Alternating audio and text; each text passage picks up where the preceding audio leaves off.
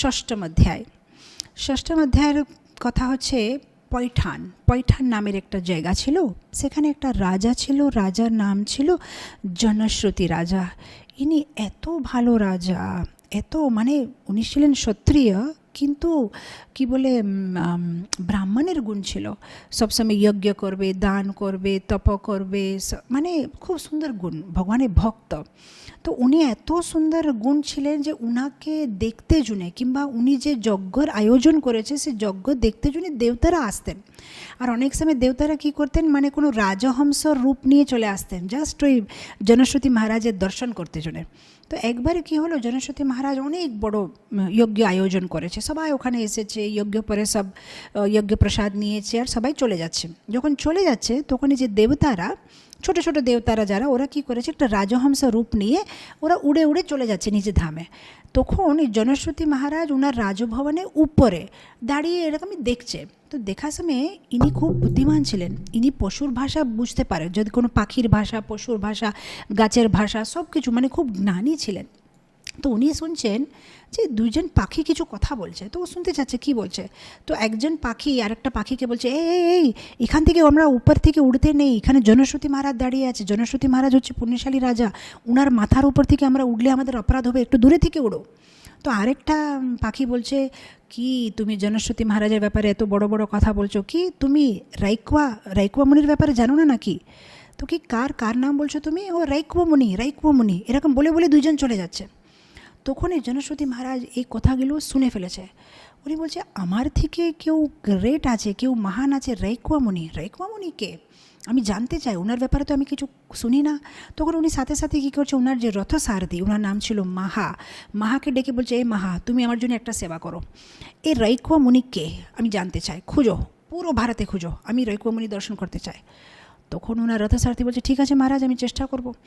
এখন ইনি কী করেছেন, এই যে ওনার রথসারথি মাহা এই সব তীর্থস্থানে ঘুরেছে, কাশী, মথুরা, বৃন্দাবন, দ্বারকা, পণ্ডরপুর, যত ছিল রঙ্গক্ষেত্র, পুরো ভারতে সব জায়গায় খুঁজছে, সব পুণ্যস্থানে গিয়ে জিজ্ঞেস করছে, এখানে রাইকুয়া মুনি বলে কেউ আছে, এখানে রাইকুয়া মুনি বলে কেউ আছে, কিন্তু পায়নি।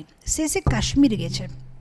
কাশ্মীরে যে একটা মন্দিরে দর্শন করছে, কাশ্মীরে একটা ভগবান শিবের অনেক বড় মন্দির ছিল, মানিকেশ্বর মন্দিরে দর্শন করে যখন উনি বেরোচ্ছেন, তখন দেখছে যে একজন সিম্পল লোকটা গাছের তলাতে বসে আছে, কিন্তু শরীরের থেকে খুব তেজ বেরোচ্ছে।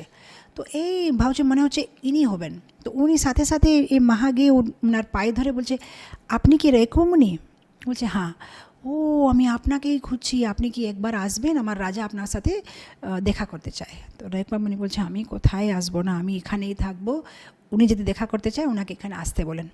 তো সাথে সাথে মাহা যাচ্ছে, জনশ্রুতি রাজাকে ডেকে নিয়ে আসছে। এখন সাধু কাছে, ভগবান কাছে আর সাধু কাছে যখনই যায়, কোনোদিন খালি হাতে যেতে নেই, কিছু না কিছু নিয়ে যেতে হবে, কিছু না হলে একটা ফল আছে কিছু, আর কিছুই না পেলে একটা ভালো কথা বলতে হবে, কিছু তো দিতে হবে, আমাদের ভালো ভালো কথাগুলো অর্পণ করতে হবে। তো এখন ইনি তো রাজা, এনার কাছে অনেক ধন, ও গাড়ি ভর্তি করে অনেক কিছু নিয়ে গেছে।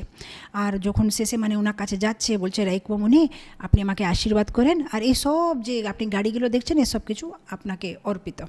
তখন রাইকুয়া মুনি অনেক হাসি পাচ্ছে, বলছে, এগুলো নিয়ে আমি কি করব, আমার কিচ্ছুই লাগবে না।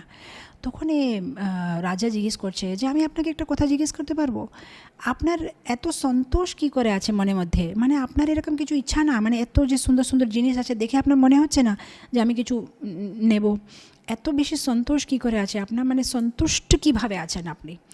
তখন এই রাইকুয়া মুনি বলছে, ও, তো তুমি সেটা জানতে চাও, তাহলে প্রতিদিন ভগবদ্গীতার ষষ্ঠ অধ্যায়, 6th চ্যাপ্টার যদি তুমি পাঠ করবে, তাহলে সেই গুণটা তোমার ভিতরে আসবে, তোমার কোনো মানে চাই না, এটা চাইবো, এটা, এই সব কিছু চলে যাবে, তুমি মানে সন্তুষ্টি অনুভব করবে।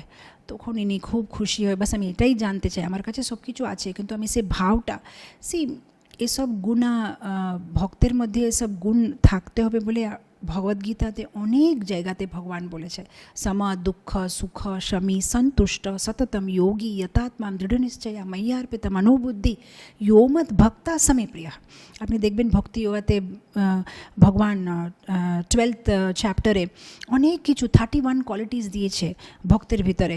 এরকমই 10th চ্যাপ্টার ভগবদ্গীতাতে দেখবেন ভগবান অনেক কোয়ালিটিস বলেছে, এরকম অনেক জায়গাতে ভগবান কোয়ালিটিস দিয়েছে। আর একটা কোয়ালিটি ভগবান বলছে যে ভক্ত মানে যার ভিতরে সন্তুষ্টি আছে, যেটা ভগবান দিয়েছে আমি খুশি। তো এই গুণগুলো যদি আমরা চাই আমাদের ভিতরে এই গুণটা আসে, তাহলে আমাদেরকে প্রতিদিন পাঠ করতে হবে ষষ্ঠম অধ্যায়। ষষ্ঠম অধ্যায় পাঠ করলে মনের ভিতরে সন্তুষ্টি ভাব আসবে যে হ্যাঁ আমার কাছে যেটা আছে সন্তোষ, আর আমার কিছু লাগবে না। তো আমরা এখন ষষ্ঠম অধ্যায় থেকে একটা শ্লোক পাঠ করে আগে যাব। युञ्जनेव सदात्मानां योगी विगतकल्मषा सुखेन ब्रह्मसंस्पर्शम् अत्यन्तं सुखमश्नुते।